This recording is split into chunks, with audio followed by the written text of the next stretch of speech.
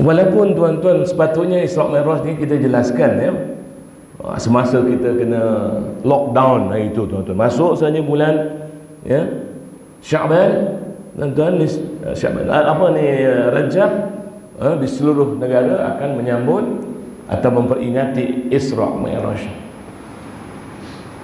Tetapi tuan-tuan, kita tidak pernah melihat dan mengkaji apakah manusia ini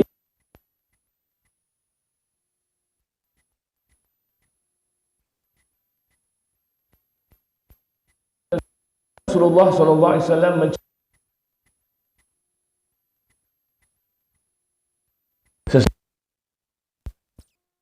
kalangan mereka mengatakan anda majnun, kamu gila.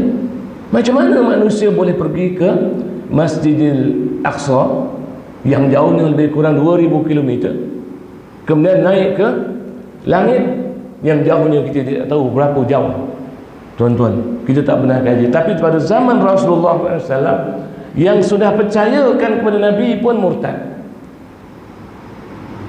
tuan-tuan, dan mereka minta bukti kepada Nabi SAW. Dan dalam satu hadis Rasulullah SAW menyatakan bahawa apabila orang-orang Quraisy ya menafikan atau mempersendakan ya, maka Allah Ta'ala tunjukkan kepada Nabi SAW Masjidil Aqsa, iaitu Baitul Maqdis. Dan Nabi SAW dapat menceritakan Baitul Maqdis sehingga ada di kalangan orang-orang yang engkar kepada kisah tersebut kembali beriman kepada Rasulullah SAW. Dan itu satu tuan-tuan, manusia ni perlu nak tengok bukti. Tetapi apabila ditanyakan apabila Walid bin Mughirah seorang pembesar Arab, seorang sastrawan Arab tuan-tuan ya, dia menyakat atau memperli Sayyidina Abu Bakar radhiyallahu anhu. Dia kata, wahai Abu Bakar, adakah kamu percayakan bahawa Muhammad telah pergi ke langit dan kembali semula ke bumi dalam masa satu malam? Maka Sayyidina Abu Bakar mengatakan, kalau ia datangnya daripada Muhammad, bukan itu saja yang aku percaya, tetapi lebih jauh daripada itu aku yakin dan percaya.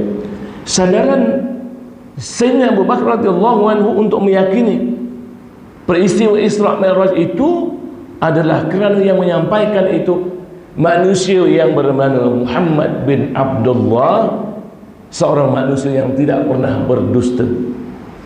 Jadi dia percaya apa saja yang disebut oleh Nabi SAW. Sebab itu tuan-tuan, iktibar di sini ialah untuk kita meyakinkan manusia kepada kebenaran sesuatu perkara yang berkaitan dengan agama Islam.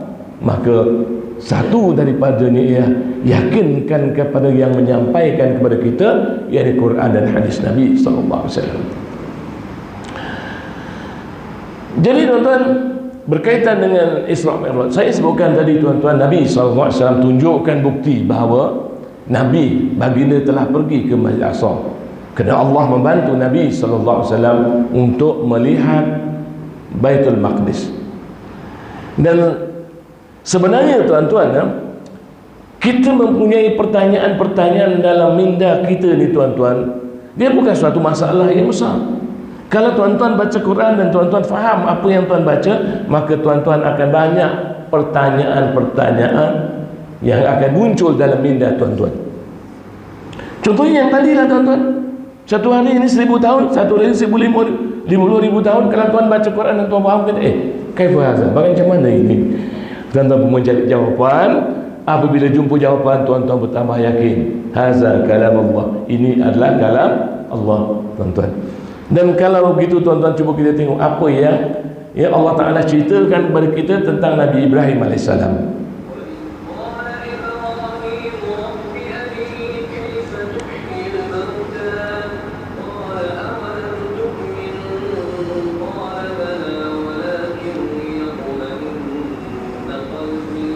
Sadaqallahul azim. Dan ingatlah ketika Nabi Ibrahim merayu dengan berkata, wahai Tuhanku, perlihatkanlah kepadaku bagaimana engkau menghidupkan makhluk-makhluk yang mati. Allah berfirman, adakah engkau belum percaya kepada kekuasaanku Nabi Ibrahim menjawab, bahkan aku percaya dan yakin, akan tetapi aku mohon yang demikian supaya tenteram hatiku. Tuan-tuan, Nabi Ibrahim AS bukan tidak percaya kan kekuasaan Allah. Bahkan Allah Ta'ala bercakap secara terus kepada Nabi Ibrahim AS, dan dia masih nak tengok bukti. Nabi Ibrahim, tuan-tuan, tujuannya lihat ma'inna qalbi, supaya hati aku ini tenang. Tuan-tuan ya? Dan saya percaya tuan-tuan lah ya, memang tuan-tuan senantiasa saja duk fikir macam mana Isra' Mi'raj boleh berlaku. Ada dua kategori. Kalau tuan-tuan dan puan-puan insya-Allah iman kuat, aku percaya. Tetapi kalau kita zaman sekarang ni tuan-tuan, memang banyak pertanyaan-pertanyaan kita, macam mana ya boleh berlaku? Dan apabila tuan-tuan dah dapat melihat dengan secara logiknya bagaimana ia berlaku, tuan-tuan insya-Allah akan rasa tenang. Tuan-tuan. Baik, satu lagi tuan-tuan, kalau Nabi Ibrahim AS mohon pada Allah nak tengok akan Allah, Nabi Musa AS dia memohon pada Allah untuk melihat zat Allah Subhanahu wa taala.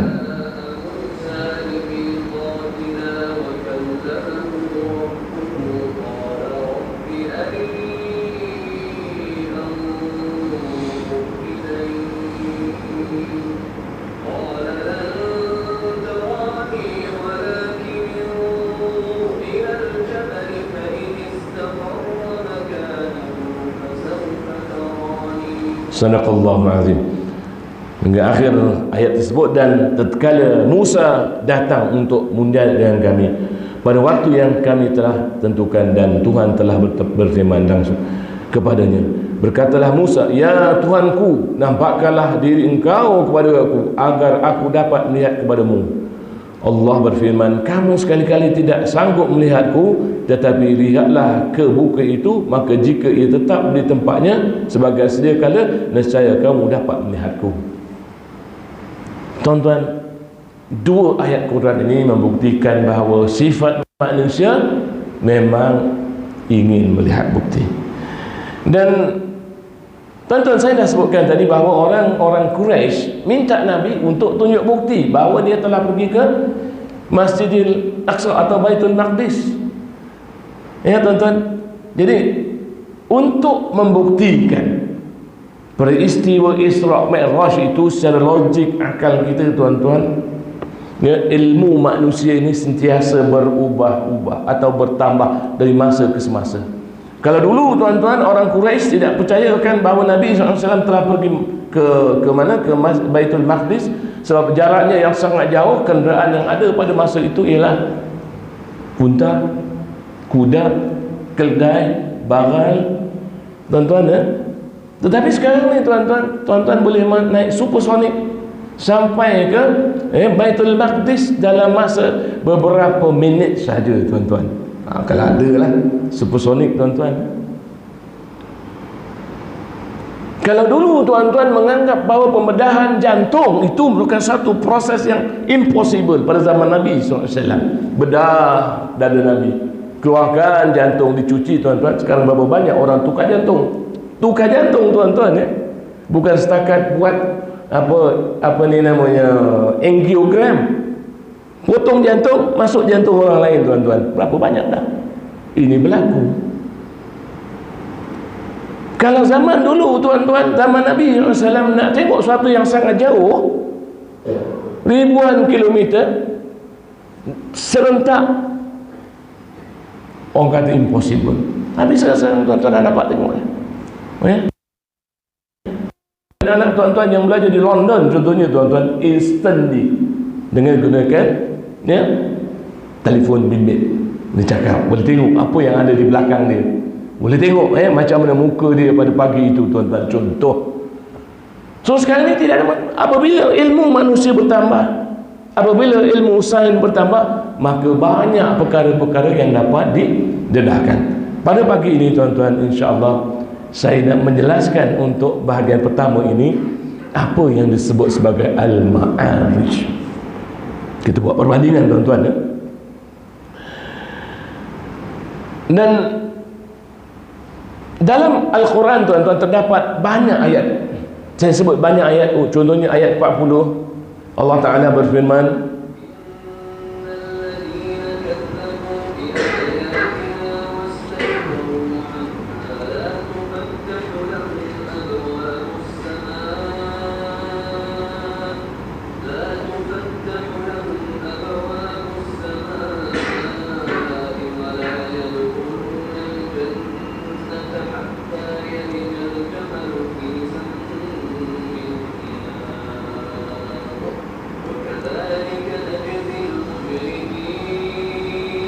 Sadaqallahul azim. Satu lagi.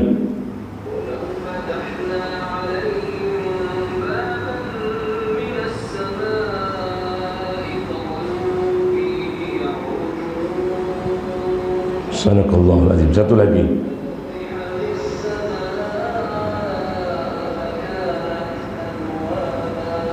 Tuan-tuan tengok ya, perkataan abwaba, pintu, pintu langit. Orang kata, macam mana ya langit ada pintu?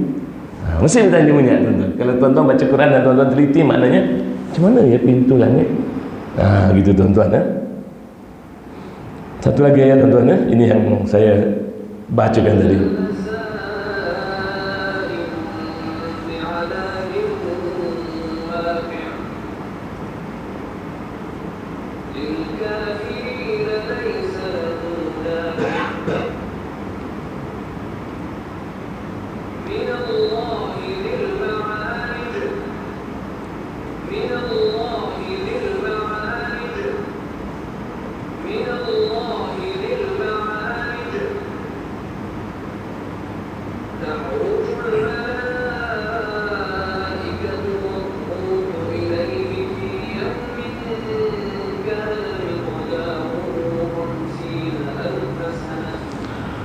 Ini tuan-tuan ya, ta'rujul malaikatu warruhu ilaihi fi yawmin kana miqdaruhu 50,000 sanah. Yang melalui al-ma'arij tadi ialah malaikat dan ruh. Dan siapa ruh tuan-tuan? Ahli tafsir ada berbeza pendapat. Ada yang mengatakan bahawa ruh di sini adalah ruh-ruh manusia. Tuan-tuan ya. Dan tuan-tuan, ada para mufassir mengatakan ar-ruh itu ialah Jibril alaihissalam. Sebab Jibril alaihissalam ini adalah Ruhul Qudus, ar-ruh, tuan-tuan ya. Dan siapa yang membawa Nabi sallallahu alaihi wasallam naik ke langit 7 tuan-tuan? Ar-ruh. Siapa dia? Jibril alaihissalam. Allahu a'lam. Ya tuan-tuan tengok ya. Dan kelajuan dia tuan-tuan, kelajuannya ialah ya fi yaumin kana miqdaru 50,000 sanah, satu hari kadarnya 50,000 tahun tuan-tuan. Dan kalau tuan-tuan tengok ayat nombor 5 surah Sajadah, satu hari sama dengan 1000 tahun. Di sini satu hari 50,000 tahun, bermakna ia adalah kelajuan 50 kali ganda kelajuan cahaya. Fizik mengatakan bahawa kelajuan maksimum cahaya itu ialah disebut universal constant, constant yang tidak berubah. Maksudnya tuan-tuan, dia tidak boleh ya tuan-tuan ya, dia tidak boleh maknanya dia constant lah di mana-mana saja dalam alam semesta ini, kata ahli fizik. Dia tidak berubah tuan-tuan. Tapi Allah Ta'ala sebutkan di sini tuan-tuan ya, 50,000 tahun, 50 kali ganda cahaya itu melalui al-ma'arij tuan-tuan. Subhanallah. Kita tengok sekarang tuan-tuan. Maksud bab itu ialah pintu tuan-tuan. Dan tuan-tuan, saya nak jelaskan ni tuan-tuan ya. Saya sebut pada tuan-tuan bahawa ilmu sains berkembang. Dia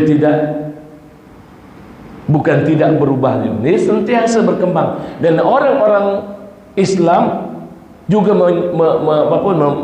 menyumbang ke arah perkembangan ilmu sains tuan-tuan ya. Banyak tuan-tuan saya ambil contoh sistem nombor yang kita gunakan 1 hingga wahid, isnin, salasa, arba'ah, hamsah, sittah, sab'ah, samaniya, sifar, itu tuan-tuan, kosong. Itu adalah, tulisan itu adalah karya Al-Khawarizmi. Dan sistem nombor ni tuan-tuan, 01 ya, ini disebut dalam ilmu komputer sebagai sistem binary, digunakan di dalam komputer kita. Dan komputer kita juga menggunakan logik. Logik itu tuan-tuan antaranya adalah sumbangan sarjana-sarjana Islam. Jadi tuan-tuan Isaac Newton ini dia kurun ke-17 tuan-tuan. Dan dialah orang yang dikatakan menemui hukum graviti. Tapi tuan-tuan, seharusnya orang Islam yang membaca Quran dia tahu dah tu. Sebab apa? Allah Ta'ala mengatakan bahawa tidak ada satu daun pun yang jatuh melainkan dalam pengetahuan Allah Subhanahu wa Ta'ala. Tidak ada satu daun pun yang jatuh melainkan dalam pengetahuan Allah Subhanahu wa Ta'ala. Dan tuan-tuan, orang kita ya, sejak dulu lagi tanam kelapa. Kelapa itu kan ya, ada yang jatuh ke bawah. Orang kita tanam durian dari dulu, sekarang betul dia tengok durian jatuh ke bawah. Tapi wallahu alam, mungkin orang kita tak sampai untuk memikirkan ya, bagaimana buah kelapa itu boleh jatuh, bagaimana buah durian boleh jatuh. Tetapi Isaac Newton, tuan-tuan, dia duduk dekat bawah apple, dia nampak apple jatuh, dia kata, apa yang menyebabkan apple jatuh? Dia kata mesti ada sesuatu daya tarikan graviti. Dia kata mesti sesuatu daya tarikan. Dan kemudian, tuan-tuan, ya, dia mengatakan bahawa ya, setiap objek dia akan menarik antara satu sama lain. Dan ini disebut sebagai hukum daya tarikan graviti Newton. Dan tuan-tuan, dia menggunakan dia punya hukum itu untuk menjelaskan, tuan-tuan, bagaimana alam semesta ini menjadi berharmoni. Macam mana bintang-bintang, macam mana planet-planet boleh berpusing mengelilingi matahari, tuan-tuan, tanpa dia berlanggar antara satu sama lain. Ini adalah disebabkan oleh daya tarikan graviti antara satu sama lain. Dan tuan-tuan tengok, saya ambil daripada Wikipedia, tuan-tuan, ya, siapa Isaac Newton? Isaac Newton ialah seorang saintis yang berpegang kepada Tuhan itu satu, monotheism, dan dalam agama yang disebut Unitarian, maknanya dia tidak percaya kepada ya, agama Kristian yang biasa yang menganggap Trinity itu adalah Tuhan, tuan-tuan. God is three in one. God the Father, God the Son, and God the Holy Ghost. Ini Newton tak percayakan ini, tuan-tuan. Dia percaya Tuhan itu satu, monotheistic God. Newton saw a monotheistic God. Ya, Allah alam, tuan-tuan, mungkin dia adalah seorang yang beriman, tuan-tuan. Ya, ingat, tuan-tuan, dia percaya Tuhan itu satu. Mungkin dia tidak Islam, sebab mungkin orang tak nyampaikan agama kepada mereka. Sebab itu, tuan-tuan, kita kena buat dakwah, tuan-tuan. Kita kena buat dakwah. Mungkin ada orang yang cuba mencari-cari mana agama yang benar, tetapi kita tidak buat dakwah, tuan-tuan. Kita salah kita, tuan-tuan. Jadi, tuan-tuan, Newton ini mengatakan bahawa setiap objek menarik antara satu sama lain, hinggalah sampai kepada satu masa Albert Einstein ini muncul. Albert Einstein muncul kurun ke-19, tuan-tuan, kurun ke-19. Dia adalah seorang berbangsa Yahudi. Yahudi ini pelik, tuan-tuan, sebab apa? Dia bangsa, dia juga agama. Kalau orang yang berbangsa, yang di luar daripada orang yang bukan keturunan Bani Israel, dia tidak dianggap sebagai beragama Yahudi. Jadi agama Yahudi ini exclusively untuk Yahudi, tuan-tuan. Jadi orang Melayu tak boleh jadi Yahudi, tuan-tuan. Perangai Yahudi boleh lah, tapi nak jadi bangsa Yahudi tak boleh. Jadi Albert Einstein ini, tuan-tuan, dia menggunakan satu kaedah untuk menyatakan bahawa sebenarnya yang disebut graviti itu bukanlah graviti di daya tarikan di antara objek. Contoh-contoh, tuan-tuan, kita ditarik ke bawah oleh graviti, kata Albert Einstein. Bukan begitu, tetapi kata Albert Einstein, kerana dia kata ruang dengan masa itu satu package. Ruang dengan masa dia satu package, seperti irama dengan lagu. Tuan-tuan, kalau zaman Newton, ruang berbeza dengan masa. Dia adalah dua entiti, dua benda yang berasingan, ruang dengan masa. Tetapi Einstein mengatakan ruang mesti dengan masa sekali, satu package, tak boleh beza.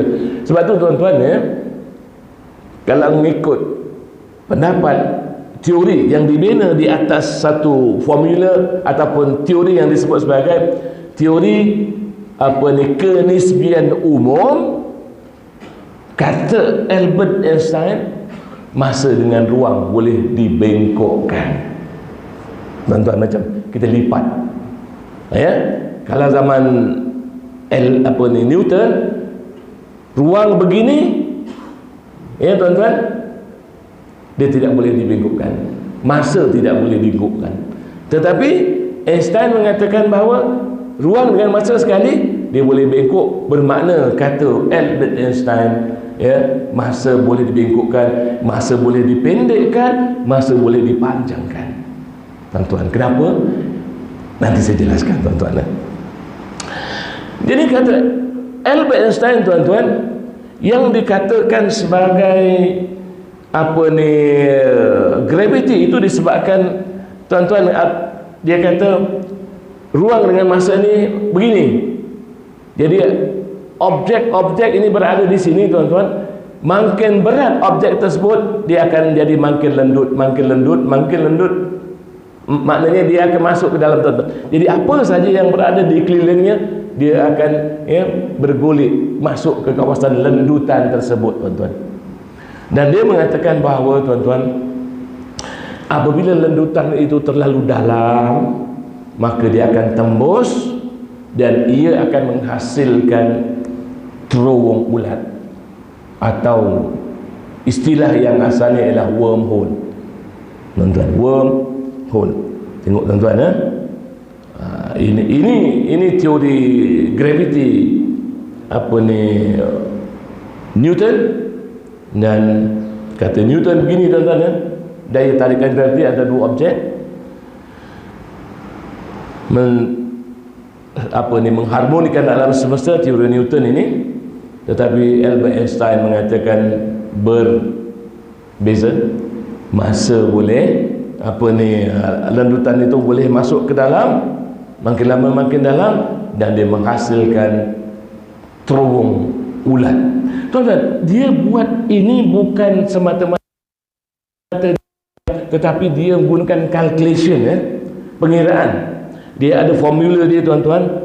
Tengok formula dia, dan formula itulah yang saya sebut tadi, teori kenisbian umum, atau istilah asalnya the general theory of relativity, di mana menerusi teori ini mengatakan bahawa space and time, ruang dan masa boleh dilipat. Dia boleh menghasilkan laluan-laluan. Dan semasa Albert Einstein ini, dia mengemukakan teori ini, tuan-tuan, antara galaksi dengan galaksi ini ada jambatan. Dan jambatan yang diidealkan oleh Albert Einstein ini disebut sebagai, ya, Einstein-Rosenberg Bridge, atau jembatan Einstein-Rosenberg. Tuan-tuan, Einstein berbangsa Yahudi, tuan-tuan, ya. Rosenberg pun Yahudi, tuan-tuan, ya. Tuan-tuan nak kenal nama Einstein, nama orang-orang Yahudi. Biasanya orang Yahudi, dia ada di penghujungnya nama Stein, Einstein, Robinstein. Tuan-tuan boleh tengok senarai kaki tangan, ya, Trump. Tuan-tuan tengok belakangnya ada Stein atau Berg, confirm Yahudi. Ada satu lelucon, tuan-tuan. Lelucon ni kelakar lah, tuan-tuan. Ya, dua orang, satu Jepun, satu Yahudi. Mereka berdebat habis-habisan, siapa yang menenggelamkan kapal Titanic. Kata orang Yahudi, ya, ini ditenggelamkan oleh iceberg. Jepun kata ia ditenggelamkan oleh Yahudi, sebab di ujungnya ada berg, iceberg. Tuan-tuan, ya. Jadi yang Albert Einstein dengan Rosenberg mengatakan bahawa yang melalui muncul jembatan di antara alam semesta dengan alam semesta, ya, yang disebut sebagai, ya, dipanggil Einstein-Rosenberg Bridge. Tetapi pada masa mereka ni, tuan-tuan, ya, mereka mengatakan jembatan ini tidak boleh dilalui oleh sesiapa saja sebab dia kecil. Tetapi saintis terus menerus membuat kajian. Saintis yang membuat kajian ni, tuan-tuan, ialah saintis theoretical physicist. Theoretical physics ini, tuan-tuan, dia berbeza dengan physics. Kalau tuan-tuan ada yang jadi cikgu sekolah, tuan-tuan, di sekolah tuan-tuan ada makmal. Ada 3 makmal biasanya, ya, yang utama lah, tuan-tuan, ya. Makmal kimia, makmal biology, makmal physics. Ya, kalau makmal fizik ni tidak ada bahan kimia lah, tuan-tuan, ya. Yang paling banyak bahan kimia ialah makmal kimia lah, tuan-tuan. Kat meja dia banyak, ya. dia punya betul-betul bahan kimia tuan-tuan. Tapi maklumat fizik dia tak banyak. Dan bilik untuk fizik teori ni tuan-tuan kecil saja, dia tak perlu banyak-banyak tuan-tuan ya. Bilik ini kecil pun boleh, dia kena ada papan hitam di belakangnya. Dia gunakan calculation formula tuan-tuan ya, dia formula, dan dia akan buat penyelesaian formula tersebut tuan-tuan. Di antara penyelesaian formula tadi tuan-tuan ialah wujudnya laluan-laluan naik ke langit. Ini kata mereka tuan-tuan, ini kata ahli fizik teori. Dan tuan-tuan tengok dalam Quran Allah Ta'ala menyebutkan banyak ayat yang menyatakan bahawa terdapat laluan-laluan naik ke langit, antaranya ialah Al-Ma'arij tuan-tuan ya. Jadi tuan-tuan ya, saya dah sebutkan tadi tuan-tuan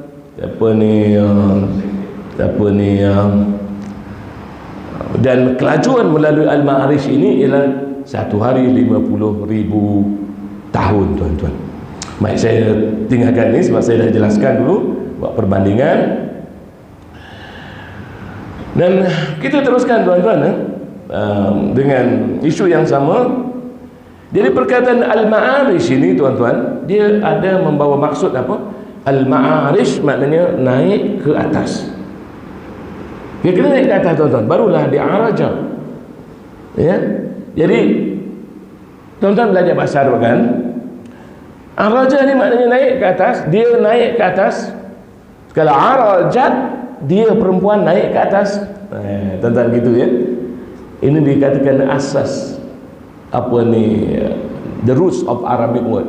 Arajat, dia laki-laki naik ke atas. Arajat, dia perempuan naik ke atas.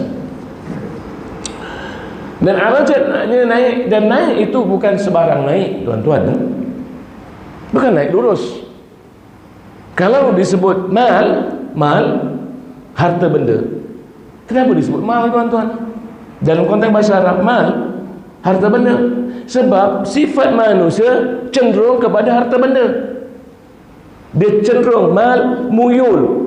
Cenderung rasa maknanya tuan-tuan jiwa manusia ni hubbu syahwatu minan nisa wal banin wal zahab wal fiddah. Ini semua mal. Itu maknanya tuan-tuan. Serupa juga perkataan samawat, sama daripada perkataan sumu, tinggi, samawat yang tinggi. So jadi araja bermakna naik ke atas, dan naik ke atas ni bukan sembarang naik, tetapi naiknya dengan keadaan yang tidak lurus.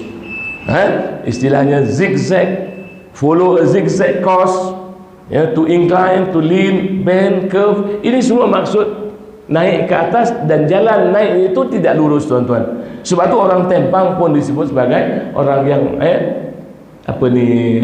araj, dia tempang tuan-tuan. Dan tuan-tuan tengok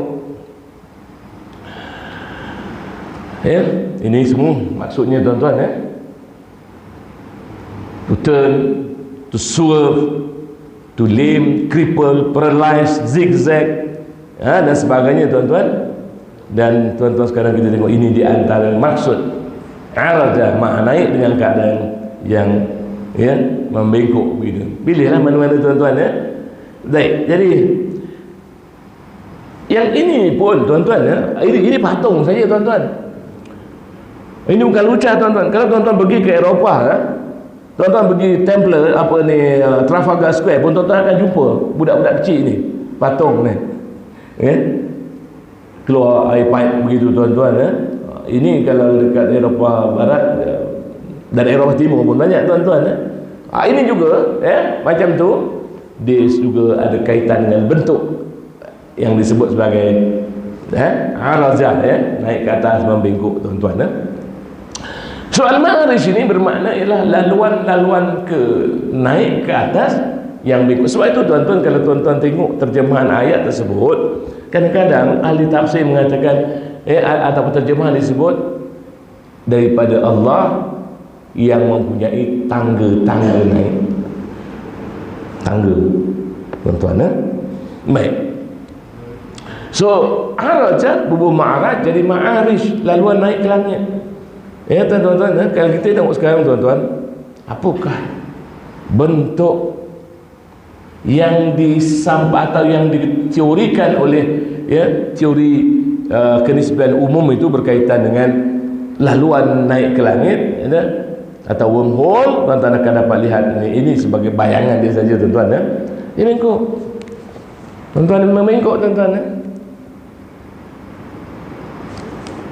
Dia punya calculation itu menunjukkan bahawa laluan-laluan itu tidak lurus, tuan-tuan. Ini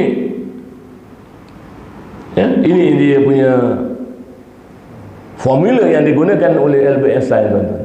Inilah yang menjadi asas kepada teori kenisbian umum. Tapi tuan-tuan don't worry lah, kuliah ni bukan nak exam pun. Tuan-tuan, ini dia. Baik. Dan saya sebutkan tadi, tuan-tuan, begini, lepas tu gini, tembus ke bawah, tuan-tuan. Dan tuan-tuan, kita boleh tengoklah bentuk-bentuk yang dikemukakan oleh ahli sains fizik, bagaimana bentuk terowong bulat ini, tuan-tuan.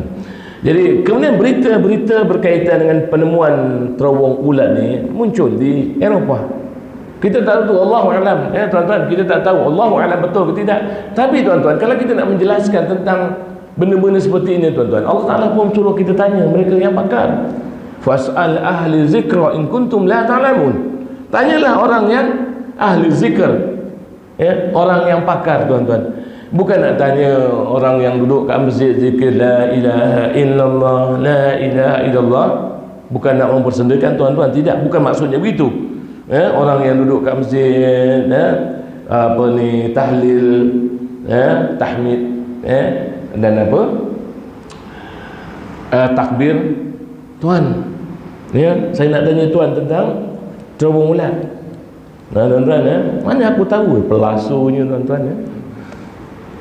Jadi nak tanya kepada siapa pakar? Siapa pakar yang membuat kajian tentang perkara ini? Dan berpuluh-puluh atau beratus-ratus ahli fizik teori memang membuat kajian tentang laluan-laluan naik ke langit, tuan-tuan. Ramai di antara mereka. Yang paling terkenal sekali ialah, tuan-tuan, pernah tuan-tuan dengar Stephen Hawking. Stephen Hawking dia mengkaji tentang terowong ulat atau wormhole. Kemudian Kipton, Profesor Kipton yang mendapat satu hadiah Nobel Prize, tuan-tuan. Kena kita tengok contohnya macam Michio Kaku, tuan-tuan, dia juga membuat kajian-kajian, mengatakan bahawa dalam alam semesta ni terdapat wormhole, tuan-tuan. Saya petik berita dari The Sunday Express, space breakthrough, wormholes to other galaxy could exist in the Milky Way. Space breakthrough, satu penyelesaian ruang angkasa, wormholes, terowong ulat to other galaxies, ke galaksi-galaksi lain, could exist in Milky Way. Mungkin wujud di kita punya galaksi Bima Sakti, tuan-tuan.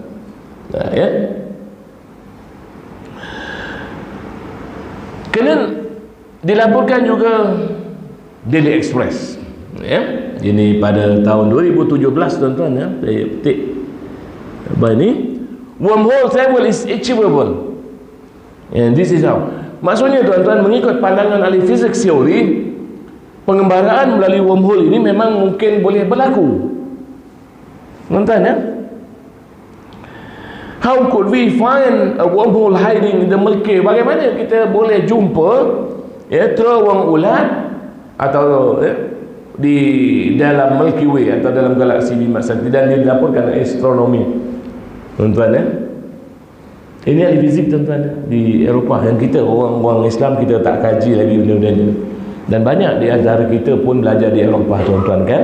Di sini pun ada yang belajar ke Eropah. Kita belajar dengan siapa itu, tuan-tuan? Kita belajar dengan saintis-saintis mereka lah, tuan-tuan. Kalau kita belajar perubatan, pakar perubatan dia. Kalau kita belajar ilmu fizik, kita belajar fizik dengan dia orang, tuan-tuan. Dan dia menemukan idea-idea seperti ini, tuan-tuan.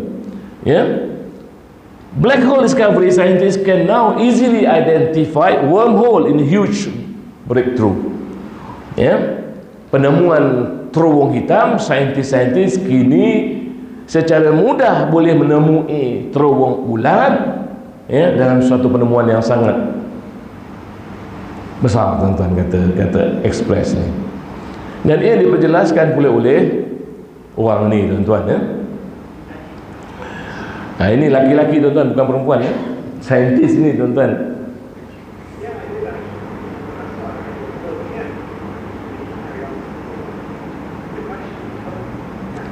Baik, kita teruskan, tuan-tuan, ya. Dan inilah, ya, gambaran jembatan Einstein-Rosenberg Bridge, tuan-tuan, ya. Dan kita tengok ni satu video, tuan-tuan, yang memang menunjukkan bagaimana Albert Einstein menggunakan dia punya teori tadi untuk menjelaskan kewujudan terowong bulat, tuan-tuan.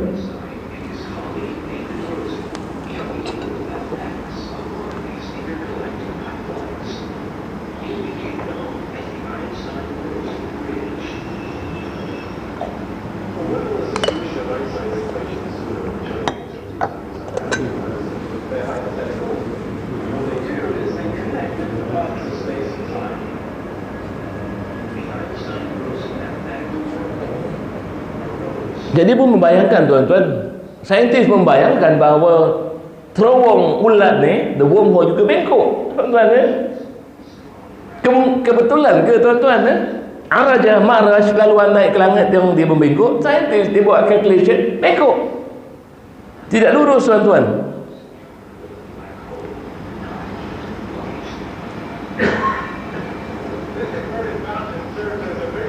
Ini saintis, tuan-tuan, ya. Kita tengok dulu dia punya video ni, tuan-tuan.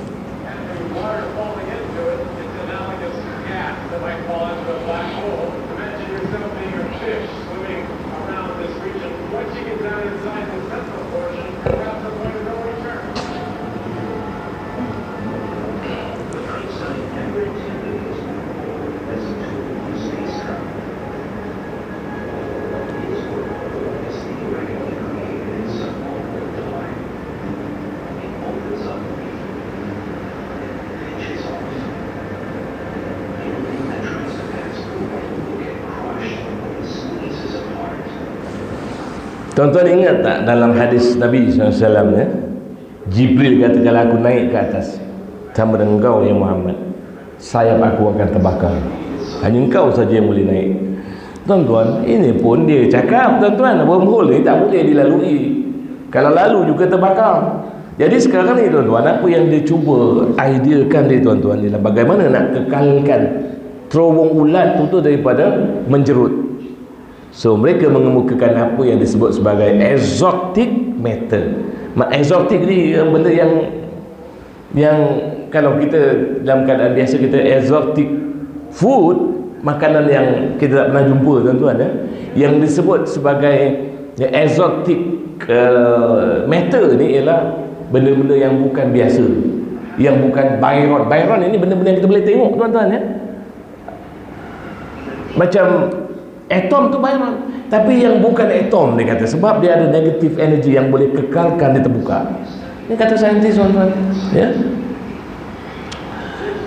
Ini saintis yang sangat terkenal, Michio Kaku. Tuan-tuan tengok apa kata dia.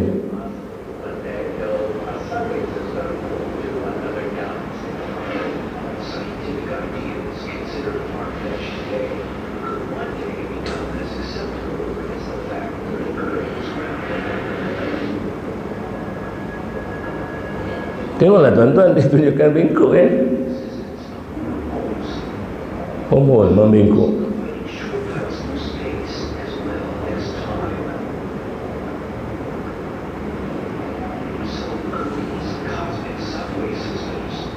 Okey, tuan-tuan,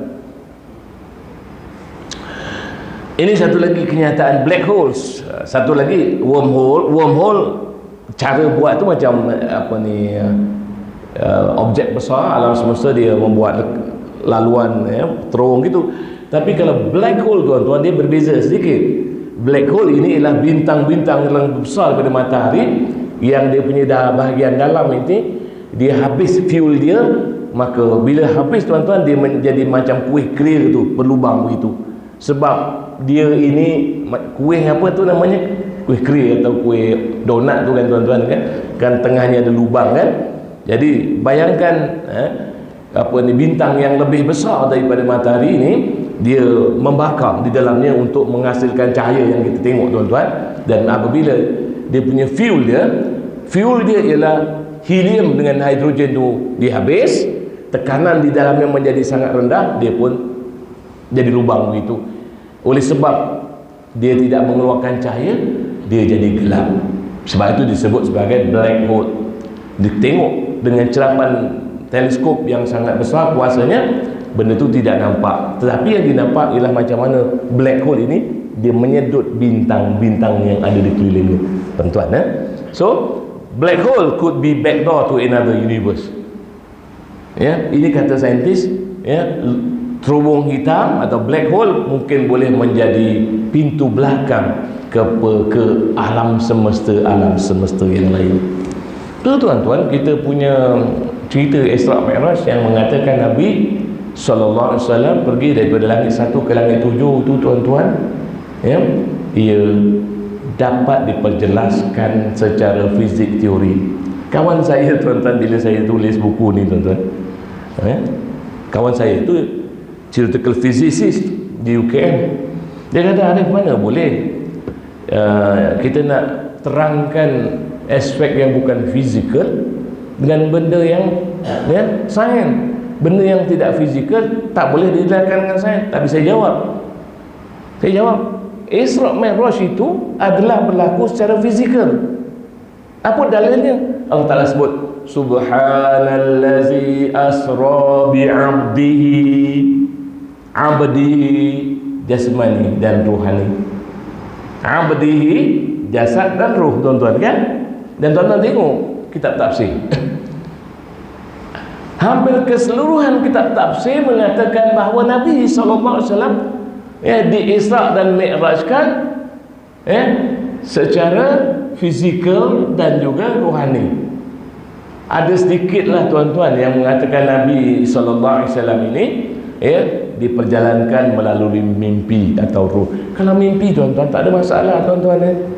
Kita nak percayakan, yakinkan tuan-tuan, sebab tuan-tuan boleh mimpi sebenarnya.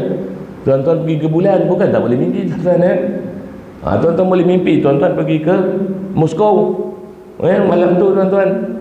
Tapi kalau fizikal memanglah kata kamu pergi tu, mana boleh kau pergi malam tadi pergi ke Moskow balik malam kat sini tuan-tuan, boleh ya? Jadi at least tuan-tuan apa yang saya jelaskan bahagian pertama ni tuan-tuan, bagi glimpse satu sedikit maklumat kepada tuan-tuan dan puan bagaimana dalam alam semesta ini terdapat terowong-terowong daripada satu alam kepada alam yang lain tuan-tuan. Jadi bahagian kedua nanti tuan-tuan, saya nak perjelaskan pula teori kenisbian khusus Albert Einstein. Apa dia? Teori kenisbian khusus ni, the special theory of relativity, Newton mengatakan bahawa if you speed close to the speed of light or you travel faster than light, you can go fast, you can go to the future, you can go to the back. Mengikut dia punya teori tersebut, kamu boleh pergi masa depan, kamu boleh pergi masa belakang.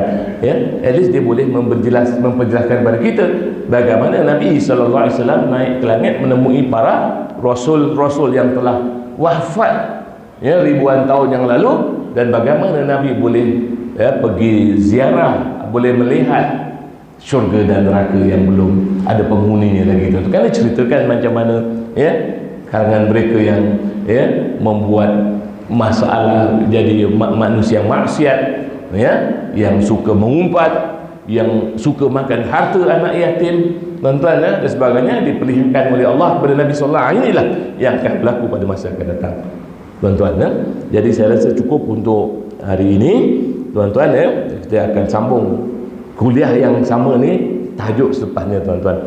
Dan kalau tuan-tuan berminat tuan-tuan, memang saya tulis buku ni tuan-tuan khusus untuk meleraikan kekusutan kita. Tuan-tuan, saya sebut tadi tuan-tuan, tidak salah untuk kita bertanya bagaimana tuan-tuan, sebab pada zaman Nabi SAW pun orang minta ya, kepada Nabi SAW untuk tunjukkan bukti tuan-tuan. At least kalau kita tengok tuan-tuan, kita dapat melihat, membayangkan sedikit, walaupun mungkin dia silap tuan-tuan, tapi kita boleh faham macam mana perkara ini mungkin boleh berlaku tuan-tuan ya. Jadi tuan-tuan, sahabat kita Zul tu ada kat luar tu, kalau tuan-tuan berminat silakan tuan-tuan ya. Jadi saya akhiri dengan aku qauli hadza, astaghfirullah li wa lakum, assalamualaikum warahmatullahi wabarakatuh.